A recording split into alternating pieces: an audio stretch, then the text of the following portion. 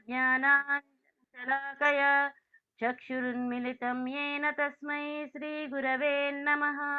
श्रीचैतन्यमनोभीष्टं स्थापितं येन भूतले स्वयं रूपः कदा मह्यं ददाति स्वपदान्तिकम्। वन्देऽहं श्रीगुरो श्रीयुतापदकमलं श्रीगुरून् वैष्णवांश्च श्रीरूपं साग्रजातं सहगणा रघुनाथान्वितं तं सजीवं साद्वैतं सावधूतं परिजनासहितं कृष्णचैतन्यदेवं श्रीराधाकृष्णपादान् सहगणललिता श्रीविशाखान्वितांश्च। हे कृष्णा करुणा सिन्धो दीनबन्धो जगत्पते गोपेश गोपिका कान्ता राधाकान्त नमोऽस्तुते। तप्तकाञ्चन गौराङ्गी राधे वृन्दावनेश्वरी वृषभानुसुते देवी प्रणमामि हरिप्रिये। नमः ॐ विष्णुपादाय कृष्णप्रेष्ठाय भूतले श्रीमते भक्तिवेदान्त स्वामिन् इति नामिने। नमस्ते सरस्वते देवे गौरवाणी प्रचारिणे निर्विशेष शून्यवादी पाश्चात्यदेशतारिणे। वाञ्छाकल्पतरुभ्यश्च कृपा सिन्धुभ्य एव च पतितानां पावनेभ्यो वैष्णवेभ्यो नमो नमः। श्रीकृष्ण चैतन्य प्रभु नित्यानन्द श्री अद्वैत गदाधर श्रीवासादि गौरभक्तवृन्द। हरे कृष्णा कृष्ण कृष्ण हरे हरे हरे राम राम राम हरे हरे। जय जय श्री चैतन्य जय नित्यानंद जय अद्वैत चंद्र जय गौर भक्त वृंद। जय जय श्री चैतन्य जय नित्यानंद जय अद्वैत चंद्र जय गौर भक्त वृंद। जय जय श्री चैतन्य जय नित्यानंद जय अद्वैत चंद्र जय गौर भक्त वृंद। ओम नमो भगवते वासुदेवाय। ओम नमो भगवते वासुदेवाय। ओम नमो भगवते वासुदेवाय। मूकं करोति वाचालं पंगुं लङ्घयते गिरिं यत्कृपातमहं वन्दे श्रीगुरुं दीनतारिणं परमानन्दमाधवं श्रीचैतन्य ईश्वरम्। हरे कृष्ण माताजी प्रभुजी दंडवत प्रणामం। हरे कृष्ण మాతాజీ హరే కృష్ణ। ఈరోజు నాకు నలకోబర మణిగ్రీవుల శాప విమోచనం అనే టాపిక్ నాకు ఇచ్చారు ఈరోజు. నేను ఆ టాపిక్ మీ ముందు చెప్పడానికి ప్రయత్నిస్తున్నాను. తప్పులున్నా క్షమించండి మాతాజీ. హరే కృష్ణ మాతాజీ. వాయిస్ వస్తుందా మాతాజీ? ఓకే మాతాజీ, థ్యాంక్ యూ. నలకోబరులు మణిగ్రీవులు శపించడము నారద ముని కోరిక మేరకు కృష్ణుని ద్వారా శాప విమోచనం అనే కథ ఇక్కడ చెప్పబడింది అనమాట. అంటే నారదుడు శాపం ఇచ్చిన శుద్ధ భక్తుడు ఇచ్చిన మాటకి భగవానుడు అంగీకరించి వాళ్ళిద్దరికి శాపము విమోచనం ఇచ్చారని ఈ కథ మనకు తెలియజేస్తుంది అనమాట. నలకోబర మణిగ్రీవులు దేవతల కోశాధిపతి అయిన కుబేరుని పుత్రుడు. కుబేరుడు శివుని పరమ భక్తుడు. శివానుగ్రహం చేత కుబేరుడు అనంతమైన సంపదను పొందాడు. అంటే కుబేరుడు అనే దేవతల కోశాధిపతి అయిన కుబేరుడికి వీళ్ళిద్దరు నలకుబేరుడు మణిగ్రీవుడు వీళ్ళిద్దరు వాళ్ళ పుత్రులు అనమాట. ధనికుల పుత్రులు సాధారణంగా ఏంటంటే మదిరకు మగువకు అలవాటు పడతారని చెప్తున్నారు. అదేవిధంగా కుబేరు ధనియులు కూడా ఆ విధంగా మదిర మగువతో వాళ్ళు అలవాటు పడిపోయారనమాట.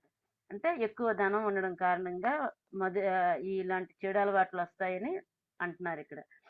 ఒకసారి కైలాస ప్రాంతంలోని మందాకిని తటం దగ్గర, అంటే మందాకిని నది కైలాసగిరి కైలాస పర్వతాల దగ్గర మందాకిని నది ఉంటది.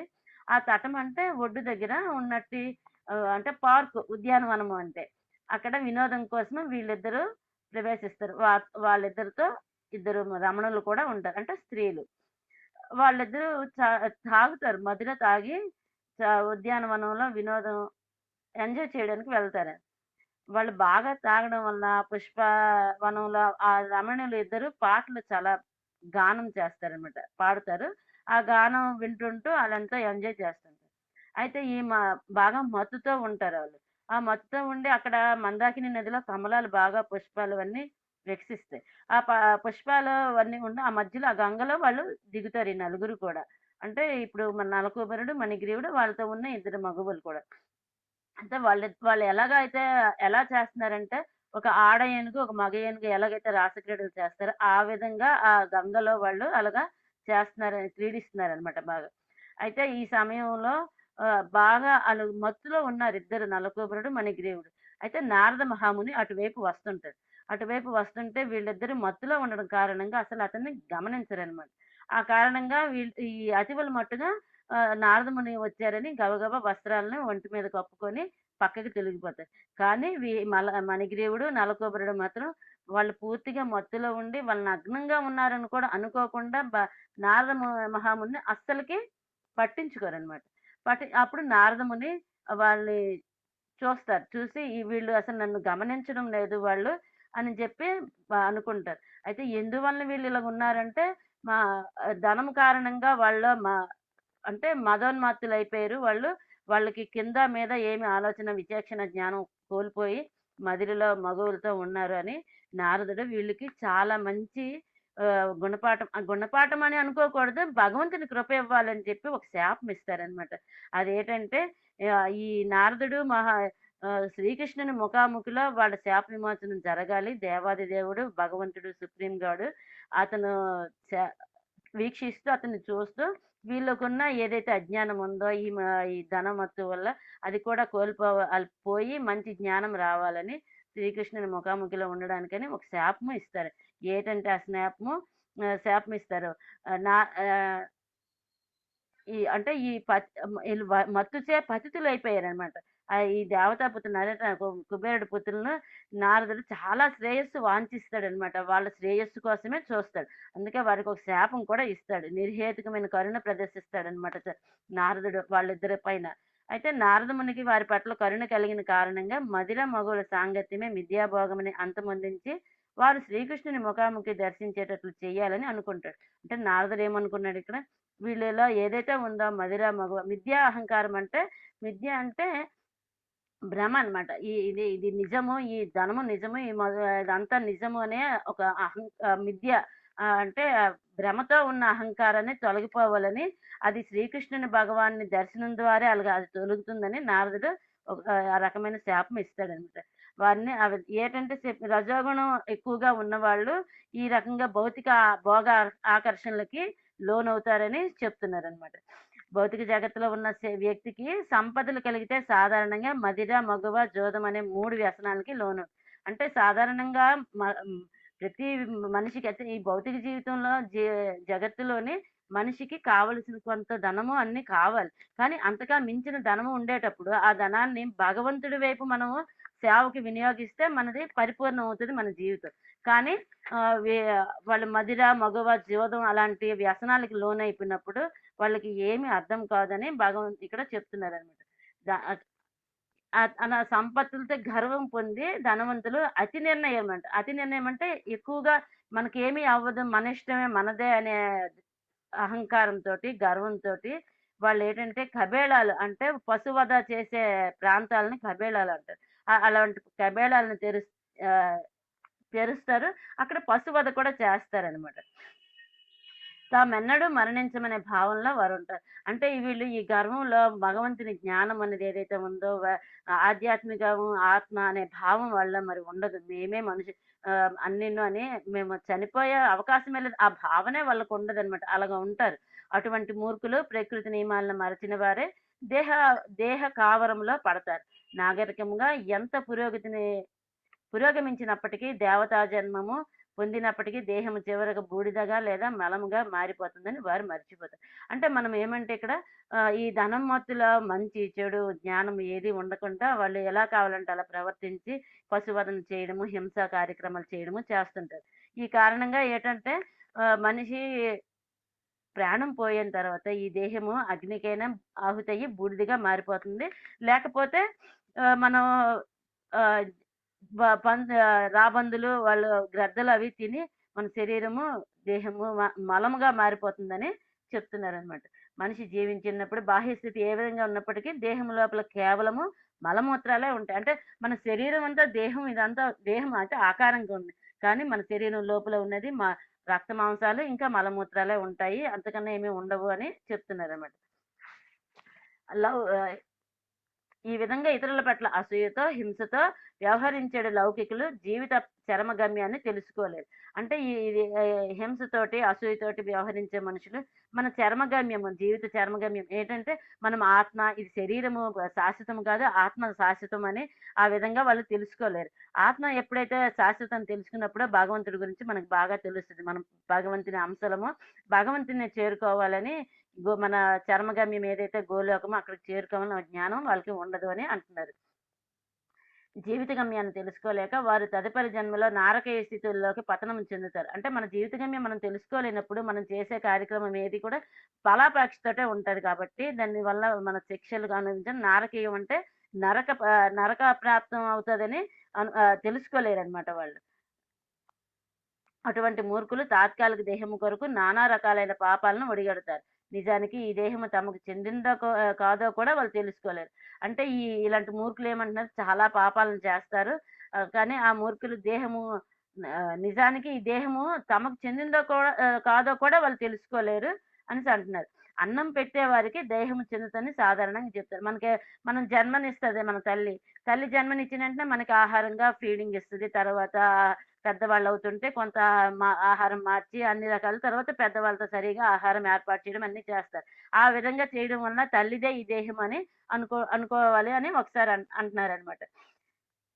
అన్నం పెట్టేవారికే దేహం చెందుతుందని సాధారణంగా చెబుతారు. కాబట్టి దేహము తనకు చెందిందో లేక తాను సేవించే యజమానికి చెందిందో కూడా మనిషి తెలుసుకోవాలి. అయితే మనం ఎక్కడైనా పని చేశామనుకోండి మనకు ఒక యజమాని ఉంటాడు. ఆ యజమానిదే మనకు పోషణ అన్నీ ఇస్తాడు కాబట్టి యజమానిదే దేహం అని మనం అనుకోవాలని అంటున్నారనమాట. తెలుసుకోవాలి మనం ఇక్కడ.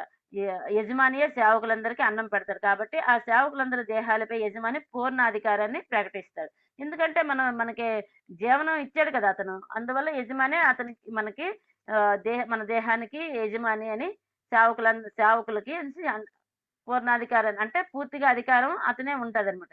ఈ దేహం బీజ ప్రదానం చేసిన తండ్రికి చెందినదా? లేక తన గర్భంలో శిశుదేహాన్ని పెంచిన తల్లికి చెందినదా? అనే ప్రశ్న కూడా కలుగుతుంది. ఇప్పుడు మనం తండ్రి బీజం ద్వారా తల్లి గర్భంలోకి బిడ్డ ప్రవేశిస్తది. ఆ విధంగా ప్రవేశించిన కారణంగా తండ్రిదే ఆ దేహం అవుతదా? లేకపోతే నవమాసాలు మోసే తల్లిది ఈ దేహం అవుతదా? అని కూడా ప్రశ్న వస్తదనమాట. భౌతిక దేహాన్ని ఆత్మగా తలచెడు కారణంగా మూర్ఖులు నానా విధాలైన పాపాలు చేస్తారు. కానీ ఈ దేహం ఎవరికి చెందినట్టుదో బుద్ధిని ఉపయోగించి తెలుసుకోవాలి. అంటే ఈ దేహాన్నే మనం ఆత్మగా అనుకోని ఈ ము ము నానా విధాలైన పాపాలు చేస్తారు ఈ మూర్ఖులు. కానీ దేహం ఎవరికి చెందిందో కూడా మనం బుద్ధిని ఉపయోగించి తెలుసుకోవాలని చెప్తున్నారు. మూర్ఖుడైన వ్యక్తి తన దేహ పోషణ కొరకు పశువులను వధిస్తాడు. ఎవరైతే మూర్ఖులున్నారో వాళ్ళు మన అంటే దేహానికే కదా ఆహారం కావాలి అని పశువుల్ని అంటే జంతువుల్ని మేకలు వాటిని కోళ్ళని వాళ్ళని చంపుతారు కదా! అలాగా పశువులను వధిస్తారు. కానీ తన దేహము తండ్రికి చెందిందో, తల్లికి చెందిందో, మాతామహునికి చెందిందో కూడా తెలుసుకోలేడు. అంటే మాతామహులు అంటే తల్లి యొక్క తండ్రి అన్నమాట. మన తల్లిదండ్రుల ద్వారా మనం బిడ్డ జన్మిస్తది. కానీ తల్లి ఎప్పుడు కూడా జనన సమయంలో కన్నవారింట్లో ఉంటది. ఆ విధంగా మాతామహుడు పెట్టిన ఆహారాన్ని మొట్టమొదట ఆ బిడ్డ తీసుకుంటది. ఆ కారణంగా మాతామహుడికి చెందుతుందేమో కూడా అది కూడా తెలుసుకోవాలని అంటున్నారిక్కడ. ఒకప్పుడు తండ్రి తన కుమార్తె సంతానమును తన పుత్రునిగా స్వీకరించే ఉద్దేశ్యముతో ఆమెను ఒకరికి కన్యాదానం చేస్తుంటాడు. అంటే ఒకసారి పుత్రులు అంటే మగ శిశువులు లేనప్పుడు ఈ పుత్రికను వివాహం చేసి వాళ్ళ పుత్రుడిని వాళ్ళ మగ శిశువు పుడితే తీసుకోవాలని అలా కూడా అనుకుంటుంటారు. ఈ ఉద్దేశంతో ఆమె ఒకరిని కన్యాదానం చేస్తుంటారు.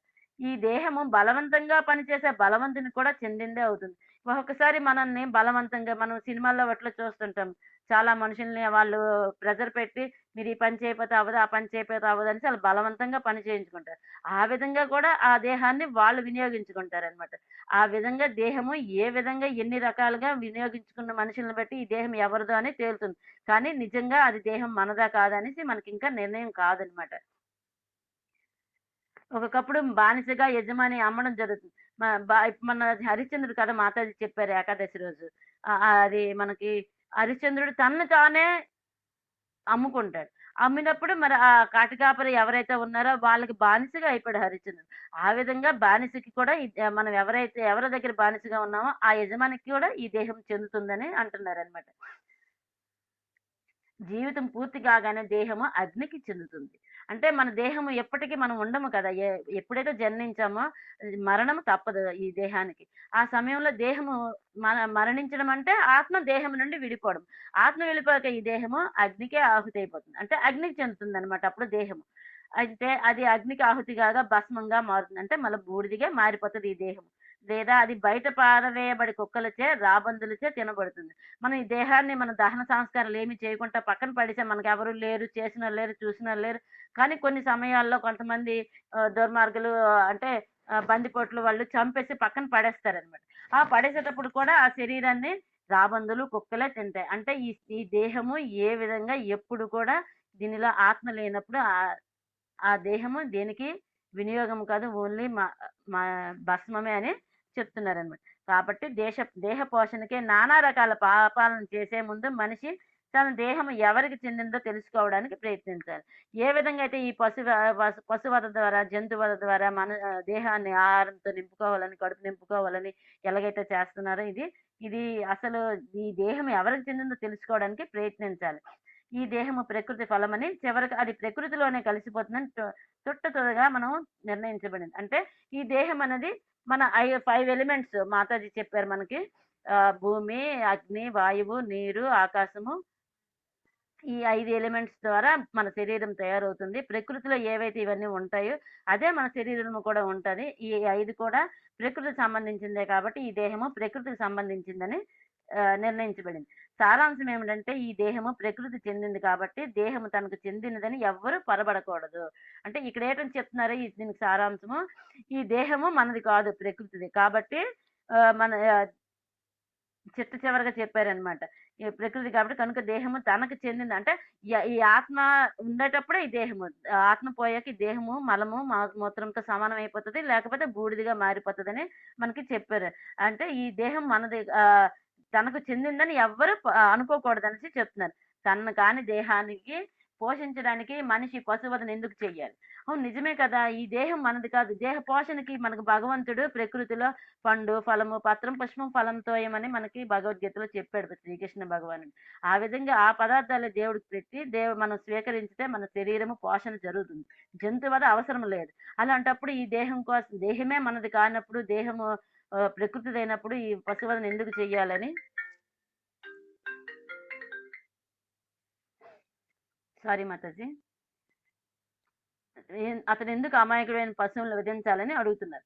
మనిషి ఐశ్వర్యమత్తులో ఉన్నప్పుడు ఎటువంటి నీతులను పాటించక మదిర మగువులకు అలవాటు పడతాడు. అంటే మనం మానవ జన్మలో కూడా అదే విధంగా ఎందుకంటే ధనము ఎక్కువ ఉండేటప్పుడు వివేచన జ్ఞానం పోతది. విచక్షణ జ్ఞానం పోయి మనం ఈ మగువకి మదిర అంటే మద్యము. మగువ అంటే మరి తెలిసిందే అందరికి స్త్రీ. అలవాటు పడిపోతారు. పశువధ అంటే ఈ కోరికల్లో వాటిలో ఈ రజోగుణ కారణంగా మనిషి ఆ విచక్షణ జ్ఞానం పోయి పశువధకు కూడా పాల్పడతాడు.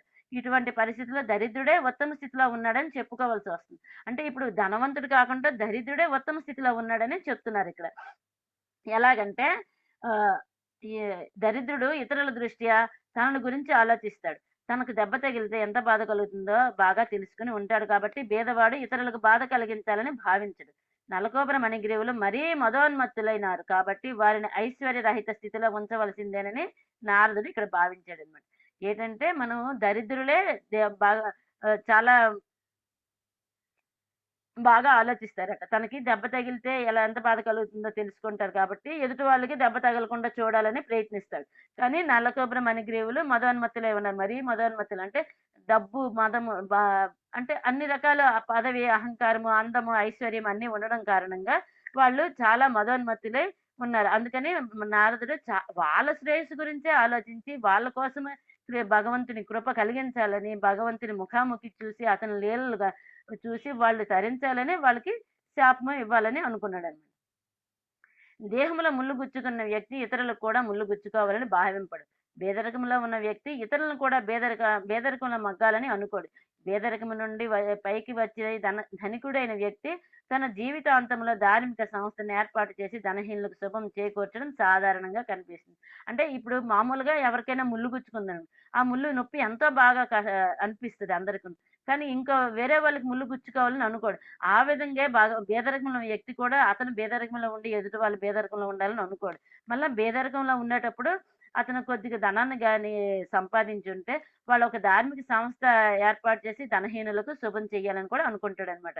ఒక్క ముక్కలో చెప్పాలంటే దయగల పేదవాడు ఇతరుల కష్ట సుఖాలను సానుభూతితో అర్థం చేసుకోగలుగుతాడు. ఎందుకంటే తనకి కష్టమేదో, నష్టమేదో తెలిసింది కాబట్టి ఆ ఎదురు వాళ్ళ కష్టాలు నిజమే అని అది ఆ విధంగా మన ఎదుటి వాళ్ళని మనసు ప్రశాంతత చెయ్యాలని అనుకుంటారనమాట. దరిద్రుడు అన్నదను మిథ్యా గర్వితుడు కాబోడు. అతడు అన్ని రకాల మత్తుల నుండి విడివడి ఉంటాడు. భగవద్ అనుగ్రహంతో తన పోషణకు లభించిన దాన్నే అతడు సంతృష్టి చెందే అవకాశం ఉన్నది. అంటే దరిద్రుడు ఎటంటున్నాడంటే ఇక్కడ మరి అతనికి ధనం లేదు కదా! ధనం ఉంటే కదా అన్ని రకాల సౌకర్యాలన్నీ ఉంటే నాకేటి నాకెంతైనా ఉంది నేను ఏదైనా అమర్చుకోగలనని ధీమా ఉంటది. కానీ దరిద్రుడికి అలాగ ఉండదు కాబట్టి అతను మిథ్యా గర్వితుడు కాదు మిథ్య అంటే భ్రమ. భ్ర గ గర్వం అనే భ్రమలో ఉండేవాడు అనేసి చెప్తున్నారనమాట. అతడు అన్ని రకాల మత్తు పదార్థాలకి విడివడి ఉంటాడు. ఎందుకంటే మరి అతనికి అహంకారం అనేది లేదు. కష్టపడి జీవనం చేయడం అలవాటవుతది. కష్టంలో ఎంత సుఖముందో, పని చేసి తీసుకున్న ఆహారం వల్ల ఎంత ఆరోగ్యం ఉందో అన్ని రకాలు వాళ్ళకి తెలుస్తాయి. ఆ విధంగా కూడా భగవద్ అనుగ్రహంతో తన పోషణకు లభించిన దాంతో అతను సంతుష్టవుతాడు. అంటే సంతోషం చెందుతాడు. నాకిది చాలు, ఈ రోజుకి ఈ ఆహారం అందింది అని భగవంతుడి కృపతో జరిగిందని వాడు సంతోషపడతాడనమాట. దారిద్ర్య స్థితిలో ఉండడము ఒక రకమైన తపస్సు వంటిదే. అంటే దరిద్రంలో ఉండడం కూడా ఒక రకం తపస్సని. అంటే దరిద్ర సమయంలోనే మనం ఎక్కువగా భగవాన్ని ప్రార్థిస్తాము, అర్థిస్తాము, అర్చిస్తాము, పూజిస్తాము. ఆ విధంగా ఒక తపస్సు అవుతదనమాట అది. అందుకే వైదిక సంస్కృతిని అనుసరించి బ్రాహ్మణులు భౌతిక సంపదల మిథ్యాగారం నుండి బయటపడడానికి తమంతట తామే దారిద్ర్య స్థితిలో నిలవడము పరిపాటిగా ఉండేది. అంటే బ్రాహ్మణులు అంటే వేదాలను ఎవరైతే పఠించి ఆ వేదంలో ఉండే జ్ఞానాన్ని అందరికీ ఎవరైతే పంచిపెట్టి పంచిపెట్టి అందరిలో జ్ఞానాన్ని కలిగిస్తారో వాళ్ళకి బ్రాహ్మణులు అంటారని మాతాజీ వాళ్ళు మనకు ముందు చెప్పారు క్లాసుల్లోని. ఆ విధంగా ఆ బ్రాహ్మణుడు ఏమంటే అతనికొచ్చిన సంపదని చాలా వరకు ఈ సంపదంతా నా దగ్గర ఉంటే గర్వం వచ్చేస్తది, మిథ్యా గర్వం వచ్చేస్తది. ఆ కారణంగా నేను ఈ జ్ఞానాన్ని పంచిపెట్టగలను లేదా అహంకారం వచ్చేస్తదేమో అని వాళ్ళకొచ్చిన సంపద కూడా మిగతా లేని వాళ్ళకి కొద్దిగా పంచేసి వాళ్ళు కొంతే సరిపోయినంతే ఉంచుకొని ఆ గర్వాన్ని భావం రాకుండా ఉంటారని చెప్తున్నారు.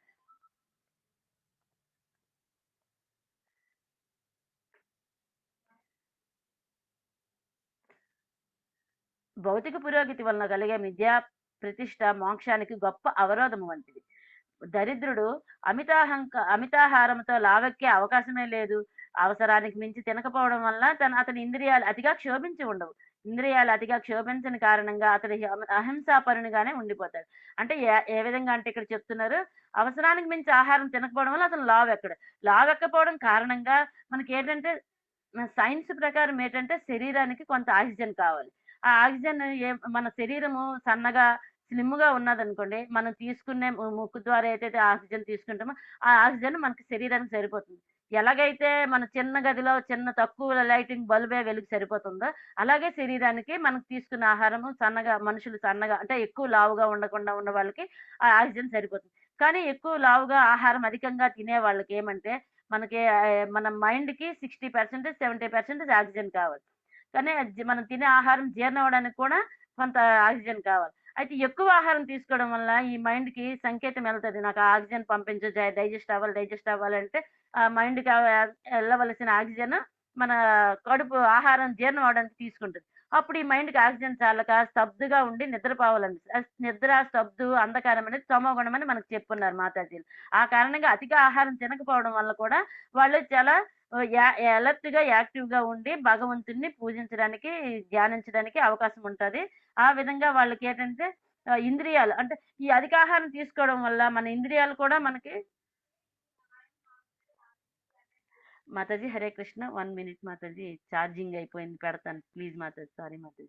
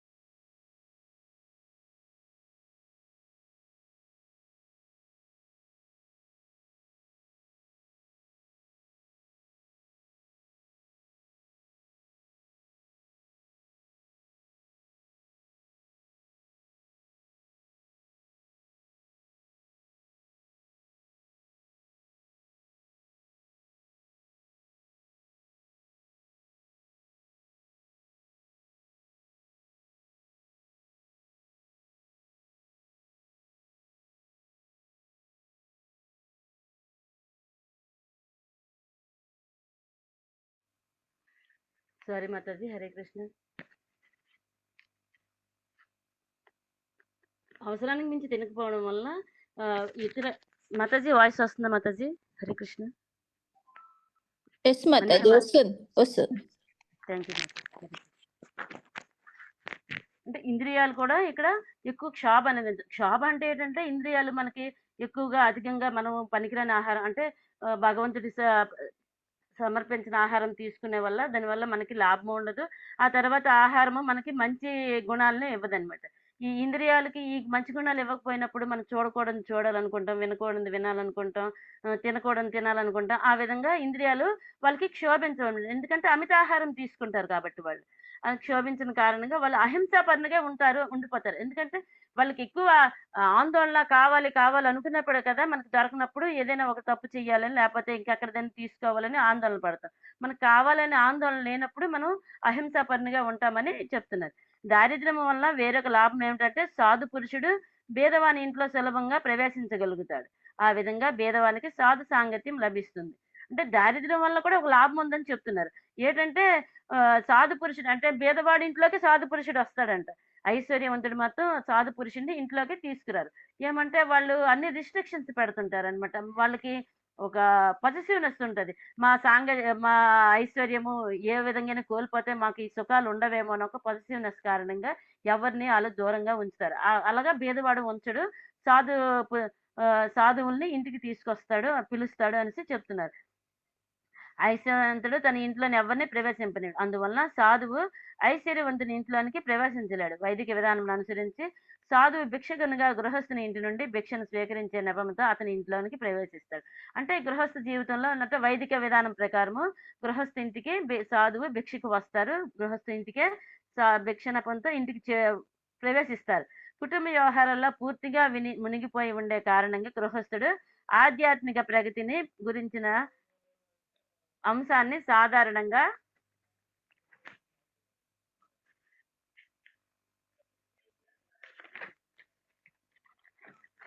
మర్చిపోతాడు అటువంటి వ్యక్తి సాధు సాంగత్యం ద్వారా లాభాన్ని పొందగలుగుతాడు ఎందుకంటే అంటే కొంచెం ఆర్థికంగా వెనుకబడి ఉన్నారు కాబట్టి జీవనం కోసం వాళ్ళ కుటుంబ వ్యవస్థలో జీవనంలో ఆ పనిలో మునిగిపోయి ఉంటారు ఆ సాధు సాంగత్యం కారణంగా వాళ్ళకి మళ్ళా కొంత లాభం అంటే సాధు సాంగత్యం అంటే వైష్ణవులు అంటే విష్ణుని అంటే మన శ్రీకృష్ణ భగవానుని పూజించేవారు వాళ్ళలో చాలా మహత్తు శక్తి ఉంటుందని భగవంతుని సాధు సాంగత్య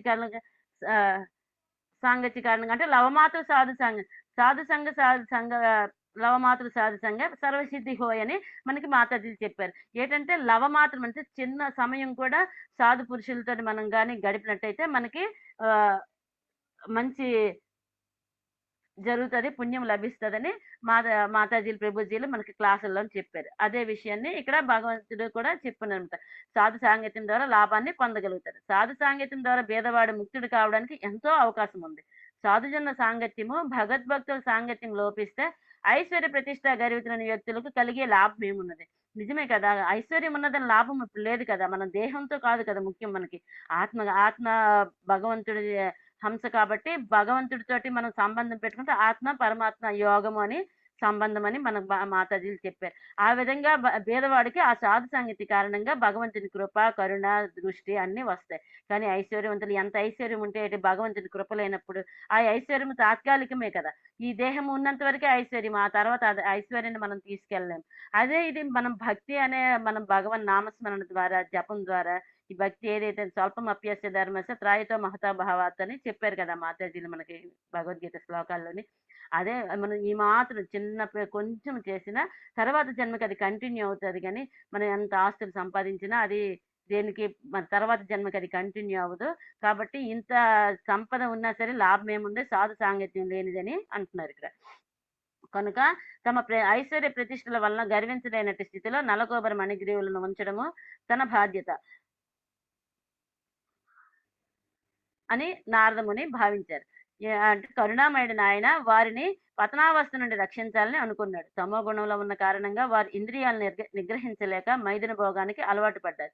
వారిని అటువంటి దీనస్థితి నుండి రక్షించడం నారదుని వంటి సాధువు కర్తవ్యము. అంటే అందుకే ఇప్పుడు ఐశ్వర్యంతో ఉన్న నల్లకొబరి మణిగ్రీవులు ఎలాగైతే మదోన్మత్తులో ఉన్నారో వాళ్ళకి తమో గుణం కారణంగా ఇంద్రియాలు నిగ్రహించలేక మైదున భోగాన్ని కోరుకున్నారు. కానీ అటువంటి దీనస్థితిలో ఉన్న నల్లకొబరి మణిగ్రీవుల్ని నారదుడు మన నారద మహర్షి అతని అంటే కర్తవ్యం అన్నమాట. వాళ్ళని జ్ఞానం అందించాలని, అది భగవంతుని ద్వారా జ్ఞానం అందాలని, భగవంతుని కృపకు వాళ్ళు పాత్రులవ్వాలని వాళ్ళు ఈ విధంగా నారదుడు అనుకున్నాడన్నమాట.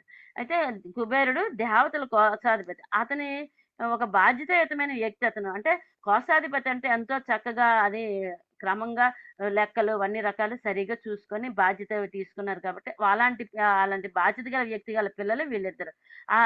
అదే విధంగా బాధ్యతాయుతంగా ఉండాలని నల్లకొబరి మణిగ్రీవులు వాళ్ళకి పశుప్రాయము బాధ్యతారహితం అయ్యారంటే తాము నగ్నంగా ఉన్నామనే విషయాన్ని కూడా వారు మదిరాపానం కారణంగా మర్చిపోయారు. దేహం యొక్క క్రింది భాగాన్ని కప్పుకోవడం మానవులకు నియమం. అంటే మన దేహాన్ని తప్పనిసరిగా మనం కప్పుకోవాలన్న నియమము భగవంతుడు వేదాల్లో కూడా చెప్పారు.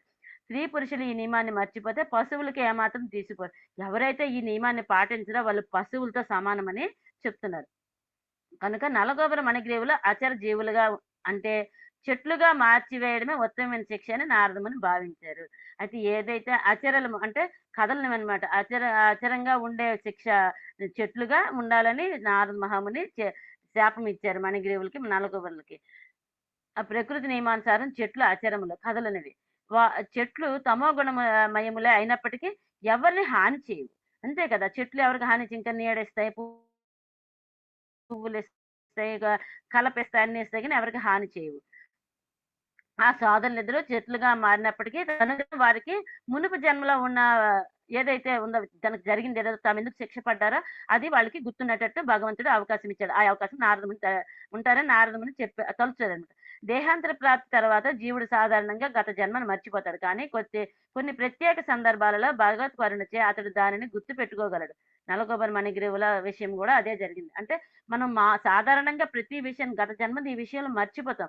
కానీ భగవంతుడి కృప ద్వారా, భగవంతుడి ఆశీర్వాదం ద్వారా వాళ్ళకి ఆ విషయం మనం ఏ విధంగా ఇక్కడ ముందు చేసిన పొరపాటు వల్ల ఈ చెట్లయ్యామనే విషయం వాళ్ళకి గుర్తుంటదని చెప్తున్నారు. అయితే వారిద్దరూ 100 దేవతా సంవత్సరాలు ఉంటారనమాట.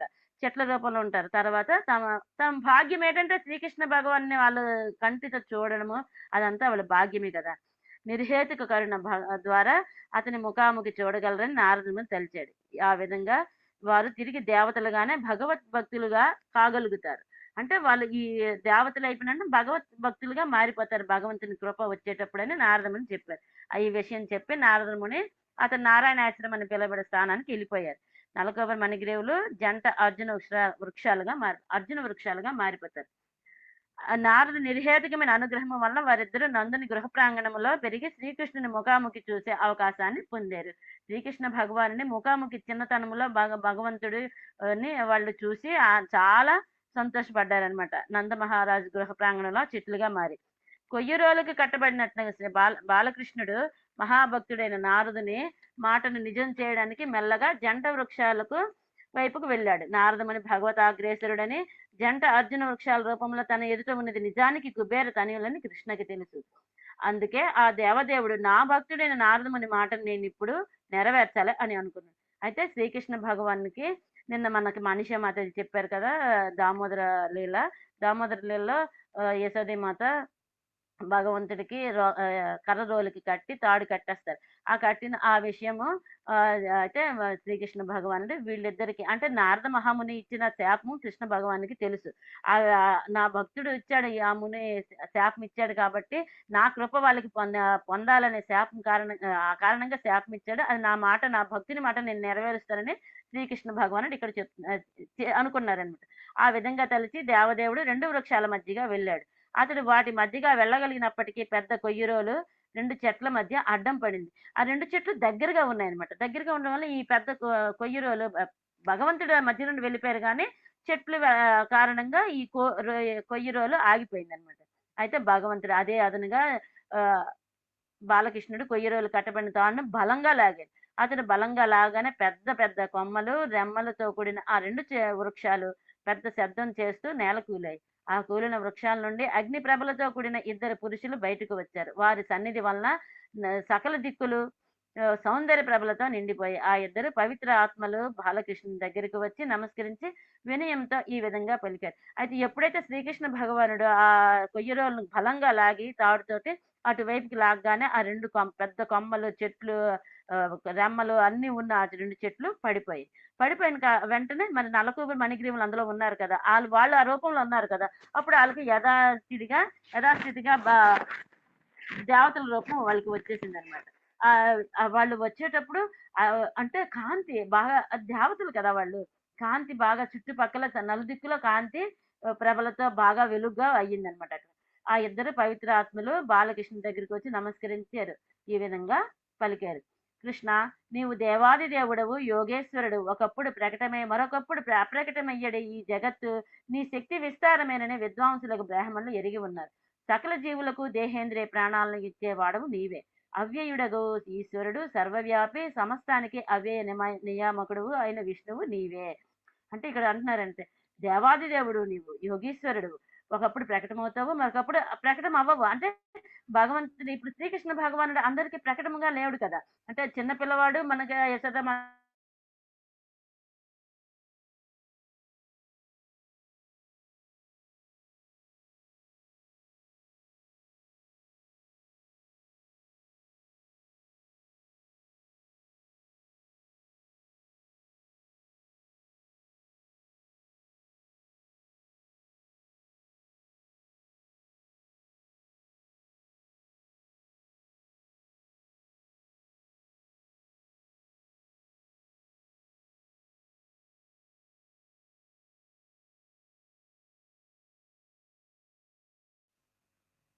మాతాజీ వస్తుందా మాతాజీ?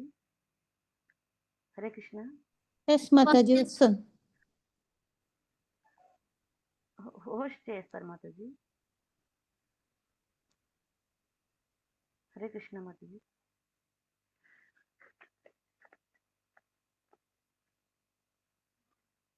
సత్వరజస్తమో గుణమయమగు జగత్తుకు మూల కారణం నీవే. అయితే భగవంతుడు ఈ 3 గుణాలు మూల కారణం అయినా సరే అతను గుణాలకు అతీతంగా ఉంటాడనమాట భగవంతుడు. సత్వము, రజోగుణము, తమోగుణం.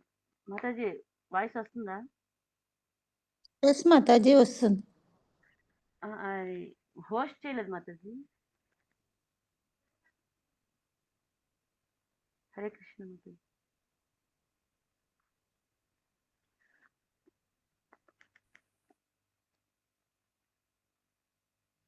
సకల జీవరాశులు నీవు పరమాత్మ రూపంలో వసించి ఉండి వారి దేహాల్లో మనసులో ఏమి జరుగుతుందో చక్కగా తెలుసుకొని ఉంటావు. మాతాజీ మనకు చెప్పారు కదా ముందు, ఒక 2 పక్షులు, జంట పక్షులు, ఒకటి ఆత్మ, ఒకటి పరమాత్మ. అదే ఆ పరమాత్మ మన శరీరంలో ఉండి మనం ఏం చేస్తున్నాం, ఎలా చేస్తున్నాం అది కూడా భగవంతుడు ఎల్లప్పుడూ నీ నీ పర్యవేక్షణలో ఉంటాం మనం. గుణమయమైన దాని మధ్య ఉన్నప్పటికీ నీవు అట్టు కలుషిత గుణాల చేత ప్రభావితుడు కావు. ఏవైతే ఈ 3 గుణాలు ఉన్నాయో ఆ 3 గుణాల్లో మనం ఉన్నప్పటికి కూడా ఆ త్రిగుణాతీతుడు భగవంతుడని ఇక్కడ చెప్తున్నారనమాట. సృష్టికి పూర్వమే ఉన్నట్టు నీ దివ్య గుణాలను భౌతిక గుణ పరిధిలో ఉన్న ఎన్నడూ తెలుసుకోలేడు. అందుకే నీవు పరబ్రహ్మమని పిలువబడినావు. అట్టి పరబ్రహ్మము వాసుదేవుడగు నీ పాదపద్మము వందనములు. నీవు సర్వదా ఆంతరంగిక శక్తులచే కీర్తించబడదవు. అంటే భగవంతుడి సృష్టికి పూర్వమే ఉన్నట్టు ఈ దివ్య గుణాలు భౌతిక గుణ పరిధిలో ఉన్న ఎవ్వరూ తెలుసుకోలేరు. అంటే ఈ భౌతిక గుణాలు 3 గుణాల పరిధిలోనే మనం కొట్టుమిట్టాడుతుంటాం రోజు కూడా, ప్రతిరోజు మన జీవితము. ఈ గుణాల్లో ఉండే వాళ్ళకి తెలీదు. ఎప్పుడైతే మనం భగవంతుని జ్ఞానం తెలుసుకొని శుద్ధ సత్వంలోకి వచ్చేటప్పుడే భగవంతుడు ఎంత శక్తిమంతుడు, ఎంత గుణాతీతుడు అవన్నీ రకాలు తెలుసుకోగలమని ఇక్కడ ఆయన చెప్తున్నారనమాట. ఈ అని సర్వదా అంతరంగ శక్తులచే కీర్తించబడదు అంటే శ్రీకృష్ణ భగవానుడు కీర్తించబడదు అని కీర్తించబడదురు అని నలకూబరుడు మణిగ్రీవులు చెప్తున్నారనమాట. ఈ భౌతిక జగత్తులో నీవు కేవలము నీ వివిధ అవతారముల ద్వారానే తెలియబడతావు. నీవు ఈ వివిధ దేహాలను స్వీకరించినప్పటికీ అవి ఈ భౌతిక సృష్టిలోని భాగము కావు. అవి అపరిమిత ఐశ్వర్యము, బలము, సౌందర్యము, యశస్సు, జ్ఞానము, వైరాగ్యాన్ని సంపూర్ణంగా కలిగి ఉంటాయి. అంటే ఈ భౌతిక జగత్తులో భగవంతుడు వివిధ అవతారాలతో మనకు కనిపిస్తాడు. కానీ ఈ దేహాలు అతని మన దేహము వంటి దేహము కాదు. అది దివ్యమైన దేహము అనేసి అంటున్నారనమాట. అవి అపరిమితమైన మనకు చెప్పారు కదా షడైశ్వర్యాలు, ఐశ్వర్యము, సంపద, బలము, సౌందర్యము, యశస్సు, జ్ఞానము, వైరాగ్యము ఇవన్నీ సంపూర్ణంగా ఉంటాయి.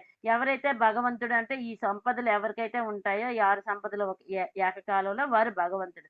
వాళ్ళకి సరితూగగా ఉండరు, వారికి మించి కూడా ఎవరు ఉండరు అని ఇక్కడ చెప్పారు.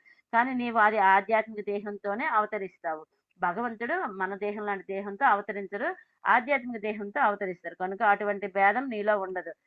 అంటే ఈ దేహము ఆత్మ అనే భేదం అతనిలో ఉండదు. నీవు అవతరించినప్పుడు నీ సాధారణ కర్మలే నీవు దేవాదేవుని అసాధారణ కర్మలే నీవు దేవాది దేవుడిని సూచిస్తాయి. ఎప్పుడైతే భగవంతుడు అవతరించి అతను ఈ పోతన మనం ముందు మాతాజీలు చెప్పారు కదా, పోతన సంహారము, తృణావర్త సంహారం ఇవన్నీ భగవంతుడు చేసిన అసాధారణ కర్మల వాటి వల్ల భగవంతుడు శ్రీకృష్ణ భగవానుడు దేవాదేవుడని మనకు తెలుస్తుంది.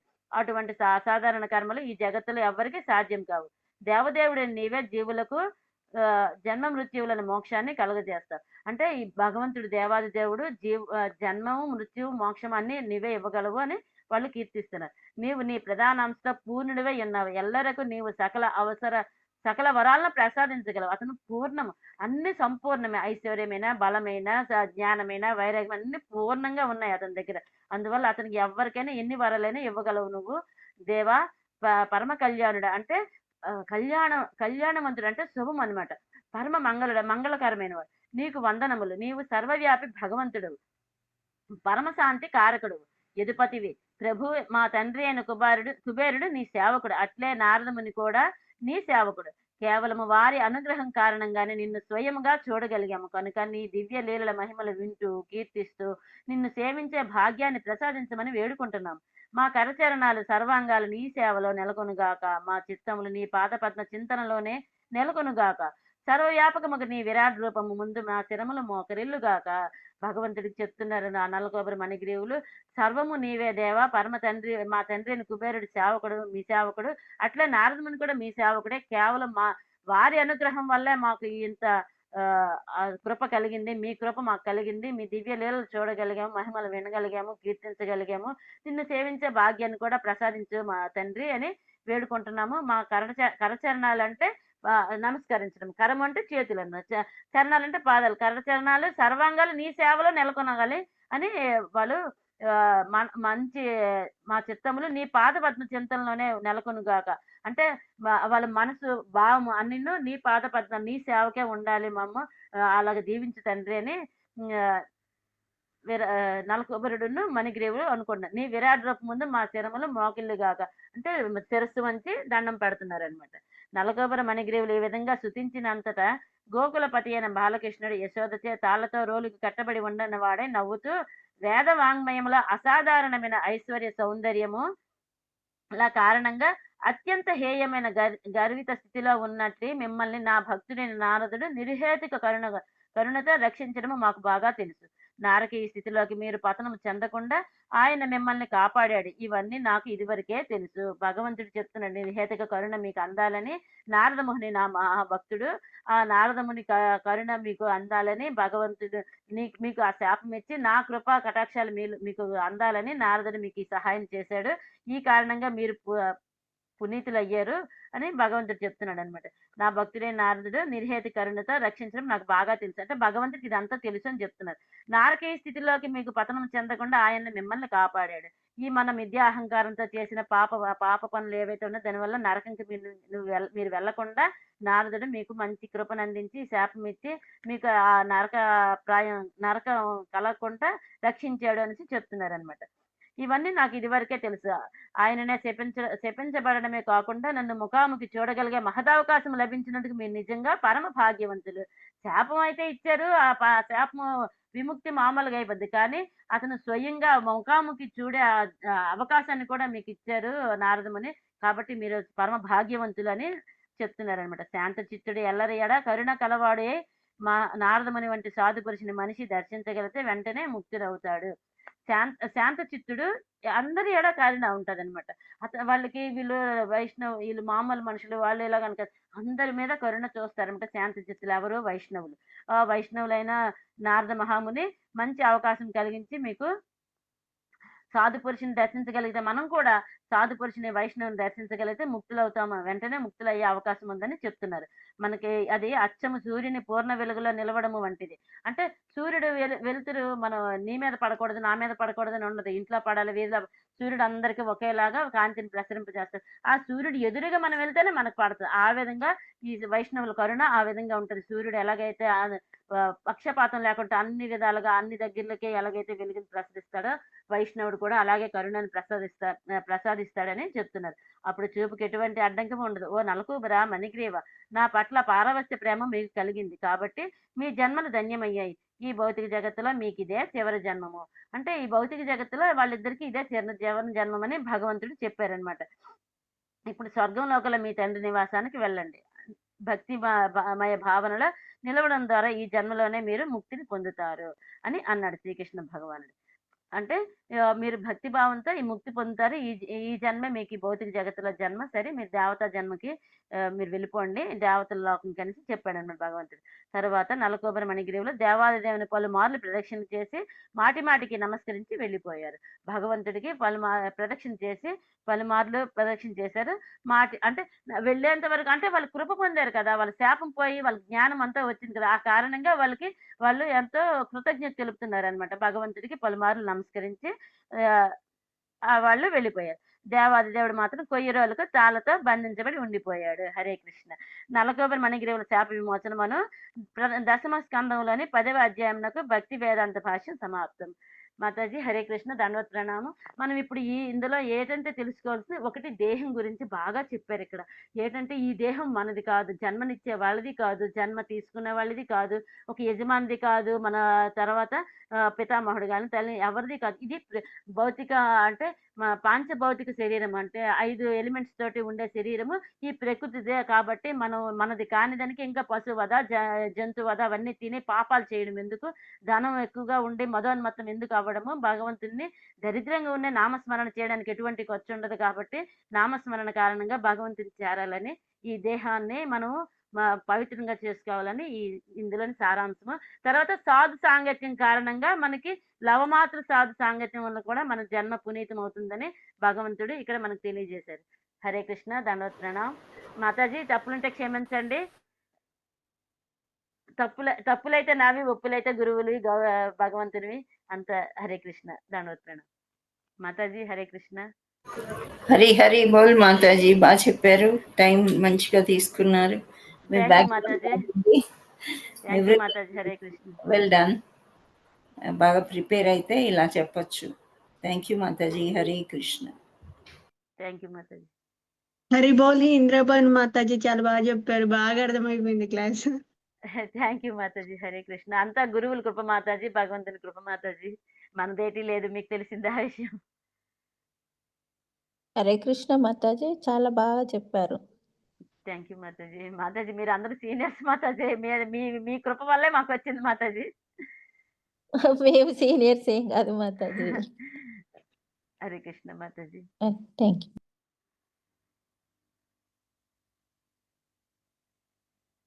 మాతాజీ ఎవరైనా ప్రశ్న వేస్తే మట్టుగా మా ఆన్సర్ పరిపూర్ణ మాతాజీ చెప్పాలి, నేను చెప్పలేను. హరే కృష్ణ. ఎవరికైనా ప్రశ్నలు ఉన్నాయా? మనీషా మాతాజీ ఉన్నారా మీరు? ఎస్ మాతాజీ. ఎవరికైనా డౌట్స్, క్వెషన్స్ ఉంటే హ్యాండ్ రైజ్ చేయండి. మాతాజీతో అడగొచ్చు. హరే కృష్ణ మాతాజీ, నాకే ఒక ప్రశ్న ఉంది, పరిపూర్ణ మాతాజీ చెప్పాలి. చెప్పండి. మాతాజీ, అర్జున వృక్షాలు అంటే ఏ వృక్షం మాతాజీ? అర్జున వృక్షం అంటే అశోక్ ట్రీస్ అంటారు. ఓహో, థ్యాంక్ యూ మాతాజీ. హరే కృష్ణ. హరే కృష్ణ.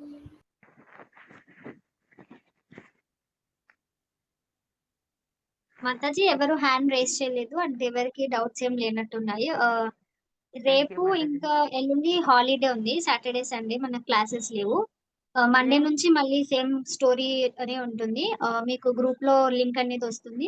మాతాజీ, ఇంద్రపోయిన మాతాజీ, మీరు ఎండింగ్ ప్రేయర్స్ చేసి క్లాస్ ఏం చేద్దాం. సరే మాతాజీ. మాతాజీ రేపు మండే ఏం లేవు ఎవరు మాతాజీ చెప్తారు? క్లాస్. మండే ఎవరు చెప్తారో చెప్పండి. మండే రేపు నాగలీలో మాతాజీ చెప్తారు మాతాజీ. హరే కృష్ణ. ఓకే. సరే మాతాజీ. హరే కృష్ణ మాతాజీ, ఎండింగ్ హరే ప్రేయర్ కృష్ణ. చెప్పాను. వాంఛాకల్పతరుభ్యశ్చ కృపా సింధుభ్య ఏవ చ పతితానాం పావనేభ్యో వైష్ణవేభ్యో నమో నమః. అనంత కోటి వైష్ణవ భక్త బృంద की जय, శ్రీల ప్రభుపాద की जय, హరినామ సంకీర్తన की जय. Hare Krishna. All glories to assembly devotees, Hare Krishna. All glories to assembly devotees, Hare Krishna. All glories assembly to devotees, Hare Krishna. All glories, all glories, all glories to Guru and Gauranga. Hare Krishna. ధన్యవాదాలు మాతాజీ. హరే కృష్ణ. హరే కృష్ణ మాతాజీ. సెషన్ ఎండ్ చేస్తున్నాను. చేసాను మాతాజీ. హరే కృష్ణ.